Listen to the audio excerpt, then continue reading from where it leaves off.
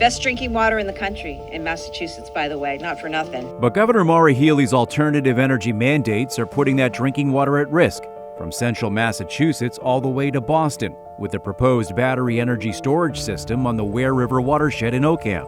It ties into the Quabbin and Wachusett reservoirs. If anything gets into the groundwater, it's going to be in my drinking water. If anything gets into the watershed, it's going to be in everybody's drinking water. Former Oakham selectman and town historian Clayton Rice is a lifelong resident of the town. This dark green area is the amount of the town that the state took during the building of the reservoir system. Shaft 8 is right on the river, right on the Barry-Oakham line here. And they've taken all the land up to this white area is where the lithium battery site is. That site drains downhill back onto the watershed property.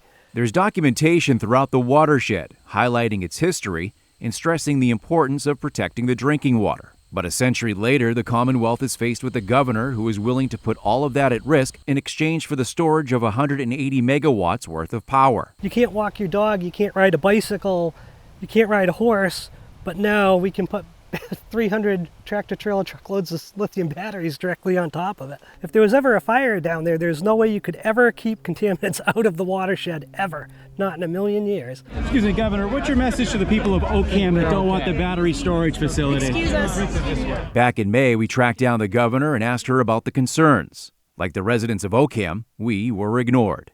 We know the damage they do. Anyone looking around, you can see what turns up in our streams and our waterways. In this October 2023 clip, Healey was talking about single-use plastic bottles threatening drinking water. We got to go back to a drawing board on what we're doing with this. But when faced with the fallout of a battery storage disaster like what has occurred in California and New York, it's silence from the administration. Governor Healey and the entire siting board should visit the MWRA site, not to ask them if they should have a battery park there, just to tour it and understand the function of it.